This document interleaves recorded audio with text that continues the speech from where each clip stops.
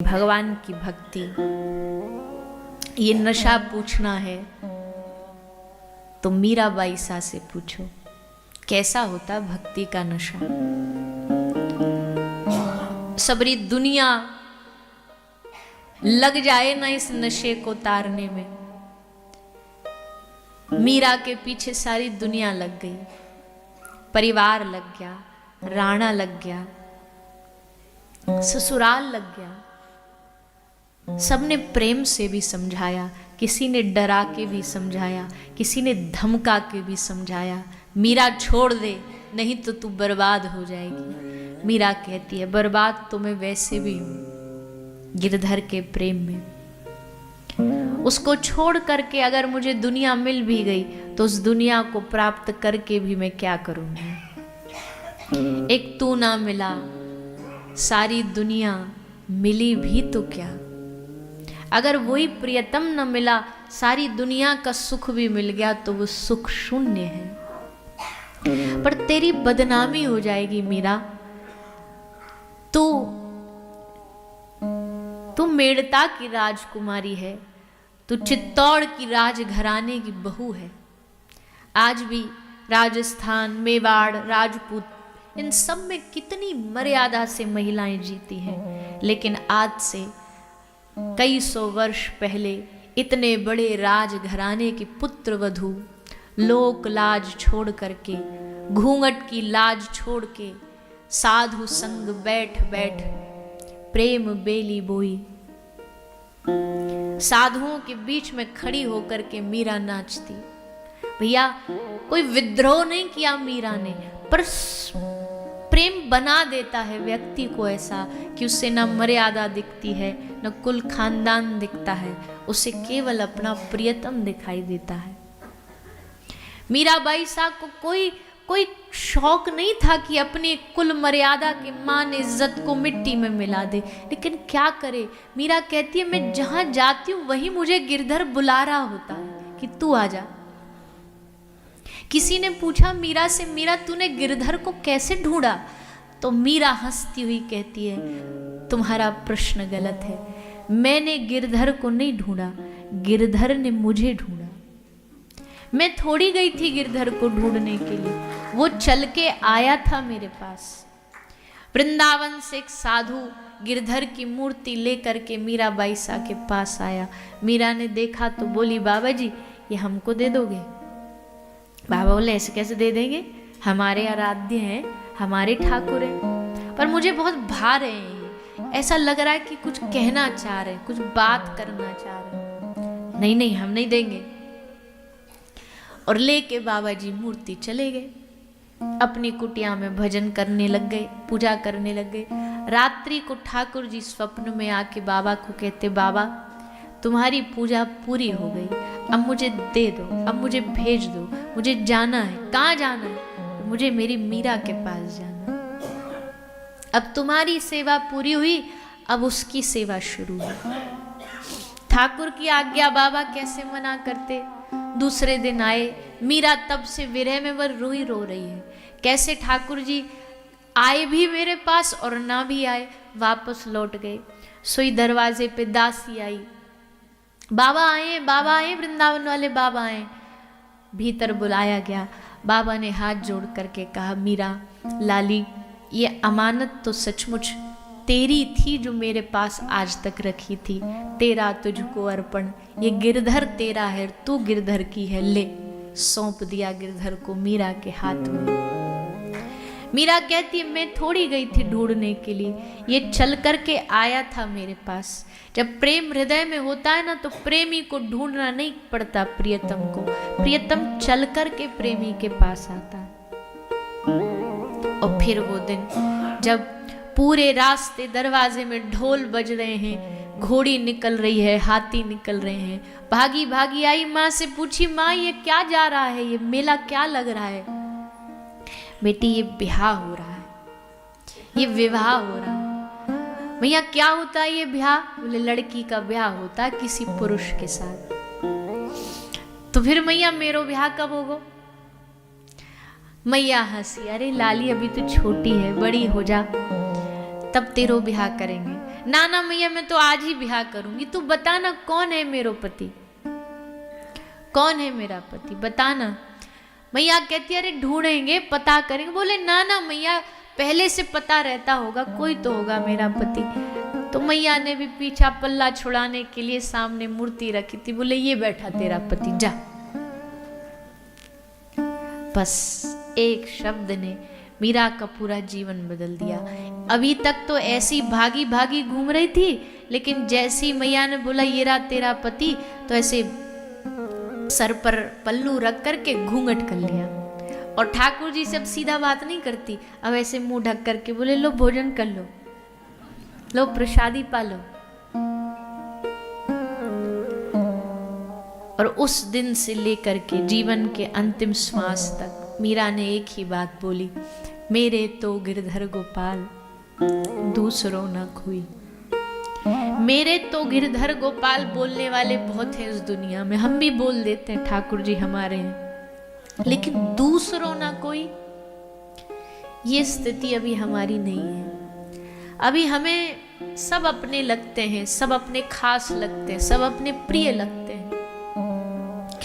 लेकिन मीराबाई सा कहती मेरा तो दुनिया में बस एक ही है, बाकी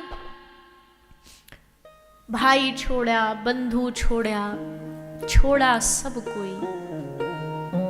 और कोई साधारण घर की कन्या नहीं थी मीराबाई, कोई साधारण घर की बहू नहीं थी मीराबाई। ब्याह होने के बाद वरण तो पहले ही हो गया था, बाकी व्यवहारिक वरण हुआ, भोजराज से ब्याह हुआ।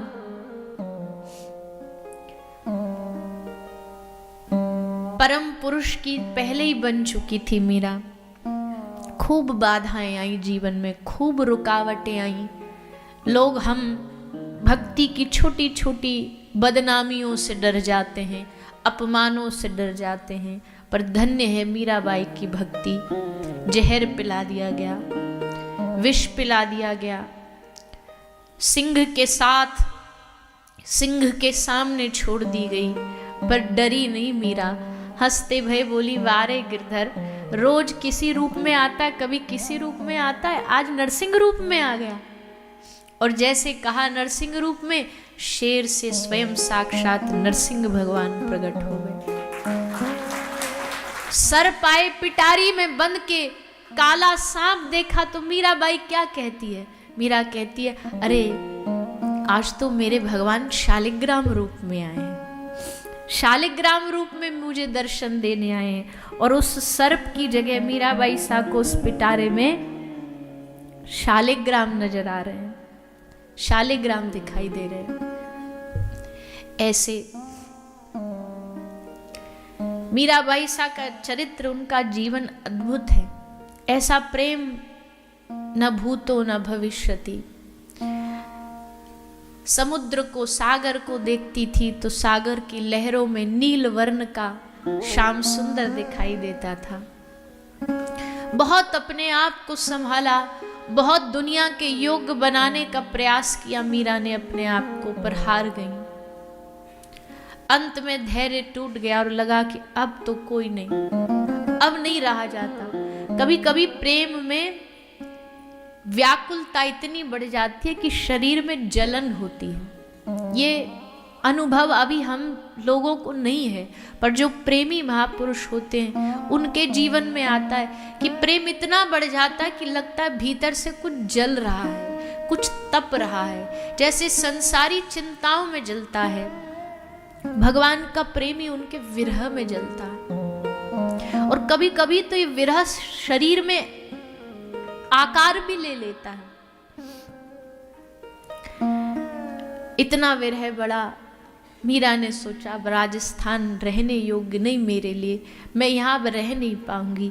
और लेकर के तारा वृंदावन आ गई, झूमती नाचती गाती वृंदावन की भूमि पर आई है गिरधर से मिलने। किसी ने पूछा मीरा क्यों आई है? बोले गिरधर से मिलने आई हूँ। बोले देर हो गई, गिरधर तो द्वारिका चला गया। मीरा ने जैसे सुना तो नाचने लगी। किसी ने कहा तू बावरी हो गई है, जिससे मिलने आई है वो तुझे ना मिला और तू नाच रही है। मीरा ने कहा कि अच्छा हुआ न मिला तो, क्योंकि मिल जाता तो मेरी यात्रा यहीं समाप्त हो जाती। अब नहीं मिला तो द्वारिका तक रोती रोती, गाती गाती, नाचती नाचती फिर जाऊंगी, गिरधर को मनाऊंगी, उसको रिझाऊंगी। मिलन में कहाँ आनंद है, मिलके बिछड़ना ये तो फिर होना ही है, पर मुझे तो और उनकी प्राप्ति के लिए विरह बढ़े ऐसा चाहिए। ये सोच के फिर मीरा द्वारिका चली गई। और द्वारिका में तो क्या दशा हुई मीराबाई सा की क्या बताएं। विरह इतना बढ़ गया, इतना बढ़ गया, चारों तरफ उनकी दासियां खड़ी रहती थी। कब ऐसा रात को जाग उठे मीरा और कब विरह में बावरी होके समुद्र की ओर दौड़ पड़ती थी।